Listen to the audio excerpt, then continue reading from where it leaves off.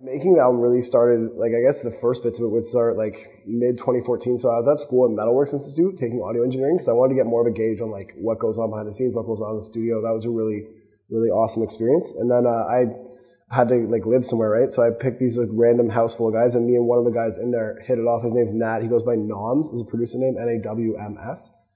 And yeah, we just hit it off, and he was chopping this sample up, and I was like, that's amazing. What is that? And it turned out to be Gray Shades, and then we made that happen. And then we were like, man, we should just do an EP. So, you know, how like conflicts collide and so on and so forth.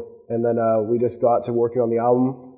And then, yeah, it came to fruition that way. It was really organic. Like, we got a bunch of cool features on it as well. Like, Decisive came through, which was great. I've like looked up to him for a really long time.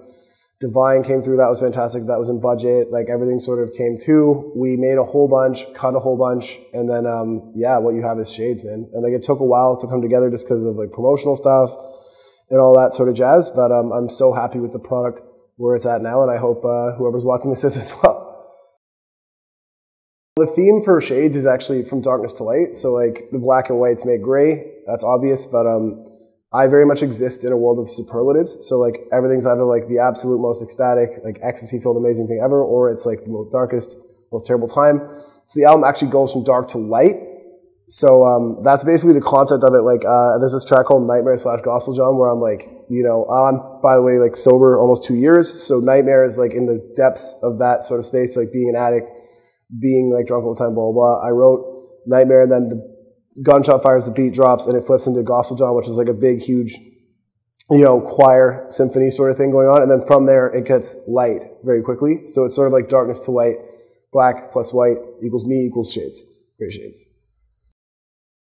I'm a really good combination of my dad and my mom. And like, my dad was a journalist, a very famous journalist for a long time in the country. So a lot of my like technical powers with written word, I think I get from him.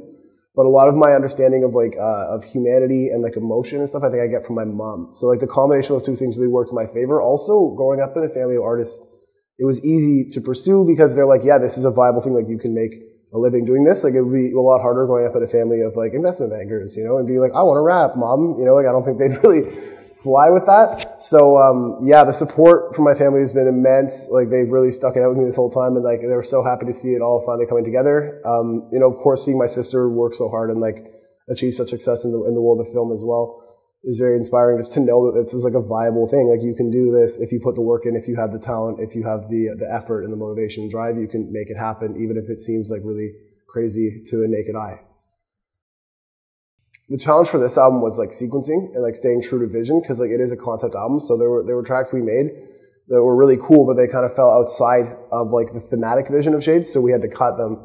And then I guess just, man, like getting the work really good and where you want it to be. Like, it's not every time I go to the studio I'm going to make something brilliant, but like, it's just pushing through that and grinding and, you know, honing my craft, developing more of a synergy with Nat, which actually was really pretty organic and happened off the top, thank God. Like, I heard a lot of like artist-producer combos are like always bickering and like fighting about creative vision. Luckily, you know, me and Nat kind of finished the sentences that way. So that was easy, but still had its difficulties for sure on both of our ends. And I guess, just again, staying true to vision, staying, quality control, keeping it as good as you want it to be. I'm my own harshest critic, which I think is a benefit, but also I can get a bit too heady as well and like listen over and over again and start to hate it. And then now I don't want to put it out and like, oh, this has to go, blah, blah. But then, just trusting that I'm on to something, I think was important.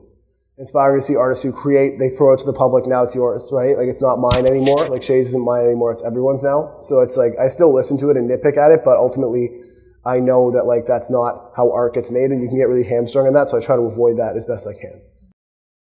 Every major listening outlet, Apple Music, Spotify, SoundCloud, you can buy it on iTunes if you're still buying music. Who's buying music though? You know, yeah, everywhere where music is, man, you can find it for sure. My name's easy, it's Boland, Boland. The album is Shades. It's simple to find, so it shouldn't be too much of an issue.